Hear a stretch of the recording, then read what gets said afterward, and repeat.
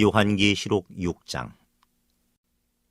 내가 봄에 어린 양이 7인 중에 하나를 떼시는데 그 때에 내가 들으니 내 생물 중에 하나가 우레소리같이 말하되 오라 하기로, 이에 내가 보니 흰 말이 있는데 그 탄자가 활을 가졌고 면류관을 받고 나아가서 이기고 또 이기려고 하더라. 둘째 인을 떼실 때에 내가 들으니 둘째 생물이 말하되 오라 하니, 이에 다른 붉은 말이 나오더라. 그 탄자가 허락을 받아 땅에서 화평을 제하여 버리며 서로 죽이게 하고 또 큰 칼을 받았더라. 셋째 인을 떼실 때에 내가 들으니 셋째 생물이 말하되 오라 하기로, 내가 보니 검은 말이 나오는데 그 탄자가 손에 저울을 가졌더라. 내가 네 생물 사이로부터 나는 듯한 음성을 들으니 이르되 한 데나리온의 밀 한 되요 한 데나리온의 보리 석 되로다. 또 감람류와 포도주는 해치지 말라 하더라. 넷째 인을 띄실 때에 내가 넷째 생물의 음성을 들으니 말하되 오라 하기로, 내가 봄에 청황색 말이 나오는데 그 탄자의 이름은 사망이니 음부가 그 뒤를 따르더라. 그들이 땅 4분의 1의 권세를 얻어 검과 흉년과 사망과 땅의 짐승들로서 죽이더라. 다섯째 인을 띄실 때에 내가 보니 하나님의 말씀과 그들이 가진 증거로 말미암아 죽임을 당한 영혼들이 제단 아래에 있어 큰 소리로 불러 이르되, 거룩하고 참되신 대주제여, 땅에 거하는 자들을 심판하여 우리 피를 갚아주지 아니하시기를 어느 때까지 하시려 하나이까 하니, 각각 그들에게 흰 두루마기를 주시며 이르시되 아직 잠시 동안 쉬되 그들의 동무 종들과 형제들도 자기처럼 죽임을 당하여 그 수가 차기까지 하라 하시더라. 내가 보니 여섯째 인을 떼실 때에 큰 지진이 나며 해가 검은 털로 짠 상복같이 검어지고 달은 온통 피같이 되며 하늘의 별들이 무화과 나무가 태풍에 흔들려 설익은 열매가 떨어지는 것 같이 땅에 떨어지며 하늘은 두루마리가 말리는 것 같이 떠나가고 각 산과 섬이 제자리에서 옮겨지매 땅의 임금들과 왕족들과 장군들과 부자들과 강한 자들과 모든 종과 자유인이 굴과 산들의 바위 틈에 숨어 산들과 바위에게 말하되 우리 위에 떨어져 보좌에 앉으신 이의 얼굴에서와 그 어린 양의 진노에서 우리를 가리라. 그들의 진노의 큰 날이 이르렀으니 누가 능히 서리요 하더라. 오늘은 신앙의 정수라는 제목으로 함께 말씀을 나누고자 합니다. 오늘 본문을 보면 여섯 인을 떼시는 분이 어린 양 예수 그리스도이시다, 이제 이렇게 말씀하고 있습니다. 각 인을 뗄 때마다 하나님의 심판이 임하고 있는 모습을 보게 되는 것이지요. 첫 번째 흰 말은 이기고 또 이기려고 한다라는 것을 보면 인간의 죄악, 인간의 어떤 욕심에 의해서 정치적, 군사적, 종교적인 어떤 어려움을 겪게 된다라는 것을 보게 됩니다. 흰 말을 탔기 때문에 어떻게 보면 평화를 가장한, 그리스도를 가장한 그런 모습이지요.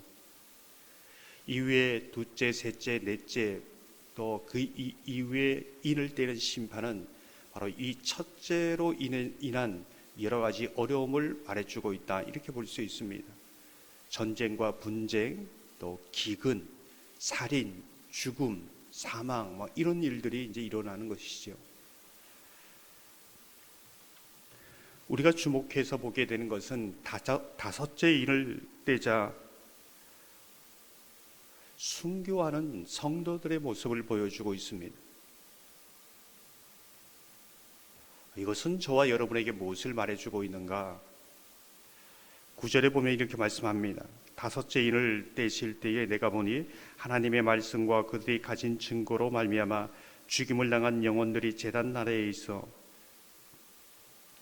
인간의 죄악이 점점 극에 달해지면서 그 세상 속에 살아가는 성도들이 순교할 수 있는 상황까지도 이룰 수 있다, 이제 이것을 보여주고 있습니다. 요한계시록의 말씀이 과거의 역사, 또 현재, 미래의 동시적인 사건임을 보여주고 있습니다. 우리의 질문이 무엇입니까? 우리도 예가 되지 않을 수 있다라는 겁니다. 그렇다면 오늘 이제 본문을 보면서 그런 상황 속에서 신앙, 예수 그리스도를 배반하지 않고 끝까지 순교의 자리까지 갈 수 있는 사람은 누구인가? 도대체 이들은 어떤 신앙을 가지고 있는가?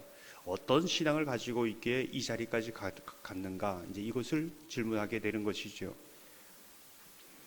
오늘 말씀을 보면 하나님의 말씀과 그들이 가진 증거로 말미암아 이렇게 말씀하고 있습니다. 하나님의 말씀이 진리라는 것을 알고 있습니다.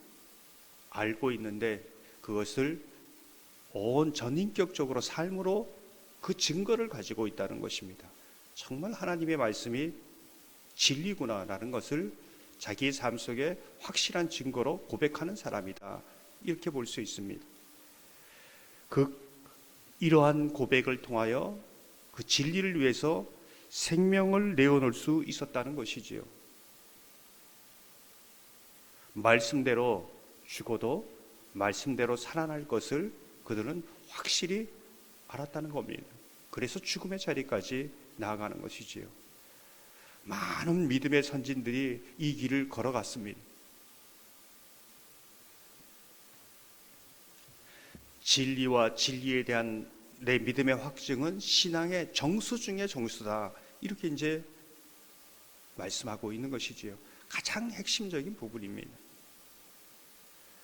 눈여겨보게 되는 것은 하나님께서는 성도들의 순교를 허락하시고 계십니다. 이 상황 속에서 허락하고 계십니다. 그런데 이 순교를 이해할 수는 없지만 하나님이 기억하고 계시고 헛되지 않게 하신다. 이제 이 부분이지요. 10절을 보면 이렇게 말씀합니다. 큰 소리로 불러 이르되 거룩하고 참되신 대주제여 땅에 거하는 자들을 심판하여 우리 피를 갚아주지 아니하시기를 어느 때까지 하시려 하나이까 하니. 순교하는 그 상황에 하나님이 이해될까요? 참 어렵지요. 그때 성도들이 탄식하며 죽어가는 성도, 자기도 언제 죽을지 모르는 상황 속에서 절규하고 기도하는 그 기도의 제목이 어느 때까지 하시려나이까? 어느 때까지 이 고난이 계속적으로 지속됩니까? 이렇게 이제 질문하고 있습니다.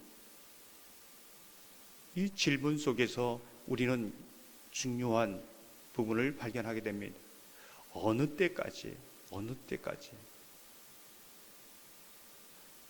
하나님의 때, 하나님의 때는 가장 좋은 때인데, 하나님의 때는 정확한 때인데, 그 때를 우리는 모른다는 겁니다. 하나님만이 아신다는 것이죠. 하나님께서 우리의 가장 인생의 좋은 때는 하나님이 아십니다. 하나님이 그 가장 좋은 때를 아시기에 나는 이해할 수 없지만 어떻게 합니까? 오늘 말씀 보면 어느 때까지니까 그 때를 기다리며 인내한다는 것이죠. 신앙의 정수 중의 정수는 무엇인가? 하나님의 말씀이 이 진리가 확실한 증거로 나타나기까지 인내하는 것, 이것이 신앙의 정수라는 겁니다. 야고보서 5장 9절부터 11절을 보면 이렇게 말씀합니다. 형제들아 서로 원망하지 말라. 그리하여야 심판을 면하리라. 보라 심판주가 문 밖에 서 계시니라. 형제들아 주의 이름으로 말한 선지자들을 고난과 오래 참음의 본으로 삼으라. 보라 인내하는 자를 우리가 복되다 하나니 너희가 욥의 인내를 들었고 주께서 주신 결말을 보았거니와 주는 가장 자비하시고 긍휼히 여기시는 이시니라. 오늘 본문을 보면 마지막에 반전이 일어납니다. 하나님의 때가 되어서 이제 때가 되었다. 이렇게 말씀하실 때에 두 가지 현상이 일어납니다. 자기의 죄악의 욕심을 따라 살아간 세상 사람들이 가장 두려워하는 것이 무엇인가? 정말 가장 두려워하는 것이 무엇인가? 어린 양 예수 그리스도 앞에 설 때에 가장 두렵다는 겁니다. 그 두려움은 이루 말할 수 없다는 겁니다. 어떤 그 무서운 것보다 어린 양 예수 그리스도 앞에 설 때가 세상 사람들은 가장 두렵게 되는 것이지요. 근데 또 하나의 반전은 무엇인가? 어린 양 예수 그리스도 앞에 설 때에 가장 기쁜 사람, 눈물을 흘리며 감격하는 사람이 있는데 그들이 성도들이다. 이렇게 이제 말씀하고 있는 것이지요. 이것이 신앙의 정수입니다. 최종적인 정수는 어디서 밝혀야 되는가? 우리가 하나님 앞에 설 때에 정말 세상 사람들 오늘 마지막 심판 때처럼 정말 세상에 이것보다 두려운 것이 없는가? 아니면 우리가 주님 앞에 설 때에 정말 내 눈에 눈물을 닦아주신 그 주님으로 인해서 기뻐하는가? 바라기는 저와 여러분의 삶이 이 신앙의 정수 핵심을 붙잡고 믿음의 경주를 끝까지 감당하고 주님 앞에 설 때에 기쁨으로 주님 앞에 감사함으로 하나님 앞에 서는 부끄러울 것이 없는 그러한 하나님의 사람으로서는 은혜가 있기를 주님의 이름으로 축원합니다.